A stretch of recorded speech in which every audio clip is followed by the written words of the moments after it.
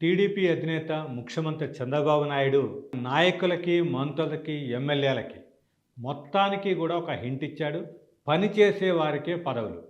త్వరలో నామినేటెడ్ పోస్టులు కానీ, కీలక పదవులు మిగతా అన్నింటినీ కూడా భర్తీ చేయాలని నిర్ణయించిన చంద్రబాబు ఈసారి పనిచేసే వాళ్ళకే పదవులు ఇస్తామని మాత్రం క్లియర్ కట్గా చెప్పడం జరిగింది. మంత్రులు, ఎమ్మెల్యేలు, నాయకులతో వీడియో టెలికాన్ఫరెన్స్ నిర్వహించిన చంద్రబాబు నాయుడు ఈ మేరకు స్పష్టం చేశారు. అయితే ఇక్కడ ఆగస్టు 15 నుంచి అమలు చేయబోయే ఉచిత బస్సు, మహిళలకి ఉచిత బస్సు, రేపటి నుంచి రైతుల ఖాతాల్లో పడే అన్నదాత సుఖీభవ, ఈ రెండు పథకాల మీద పూర్తి స్థాయిలో అందరికీ కూడా ప్రజల్లోకి తీసుకెళ్ళాలి.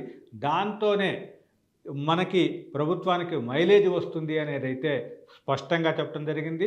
రేపటి నుంచి రైతుల ఖాతాలలో అన్నదాత సుఖీభవ నిధులు మొత్తం కూడా 7,000 రూపాయలు, అంటే కేంద్ర ప్రభుత్వం 2,000, తర్వాత రాష్ట్ర ప్రభుత్వం తరఫున 5,000, మొత్తం 7,000 రూపాయలు పడుతున్న నేపథ్యంలో ఈ టెలికాన్ఫరెన్స్ నిర్వహించడం జరిగింది.